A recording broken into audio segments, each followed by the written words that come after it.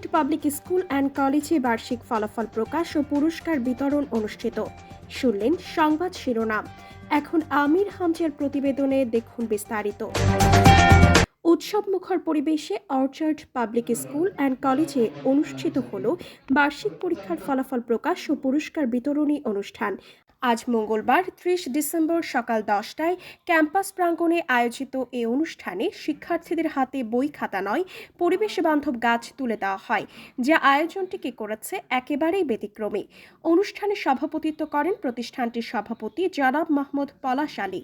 প্রধান অতিথি হিসেবে উপস্থিত ছিলেন বানেশ্বর ইউনিয়ন পরিষদের চেয়ারম্যান মাহমুদ আব্দুর রাজ্জাক দুলাল এবং বিশেষ অতিথি পুঠিয়া উপজেলার সহকারী উপজেলা প্রাথমিক শিক্ষা অফিসার মাহমুদ আব্দুস সামাদ। এই সময় অতিথিরা শিক্ষার্থীদের হাতে চারা গাছ তুলে দিয়ে বলেন, পড়াশোনায় যেমন ভালো ফলাফল করা প্রয়োজন, ঠিক একই রকমভাবে পরিবেশের প্রতিও দায়িত্বশীল হতে হবে। সুশিক্ষা ও সুন্দর পরিবেশই পারে নতুন প্রজন্মকে আলোকিত মানুষ হিসেবে গড়ে তুলতে। গাছ কেন দিলাম? গাছ দিলাম এই কারণে যে আমরা বিগত বছরে আমরা পুরস্কার দিতাম, বাটি বা কোনো একটা অন্য পণ্য দিতাম। তো আমার মাথা থেকে আসছে যে গাছ একটা পরিবেশ বান্ধব একটা গাছ, আর আমরা গাছ লাগা থেকে এখন গাছ কাটা করে বেশি আগ্রহ।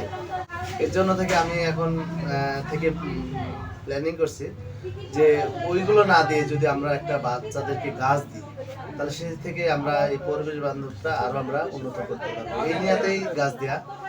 অনুষ্ঠানের শেষ পর্বে কৃতিত্বপূর্ণ ফলাফল অর্জনকারী শিক্ষার্থীদের মাঝে পুরস্কার বিতরণ করা হয়। এই সময় উপস্থিত ছিলেন রাজশাহী সরকারি সিটি কলেজের সহকারী অধ্যাপক মাহমুদ আইনাল হক, বিশিষ্ট ব্যবসায়ী মাহমুদ সাইফুল ইসলাম সহ স্থানীয় গণ্যমান্য ব্যক্তিবর্গ।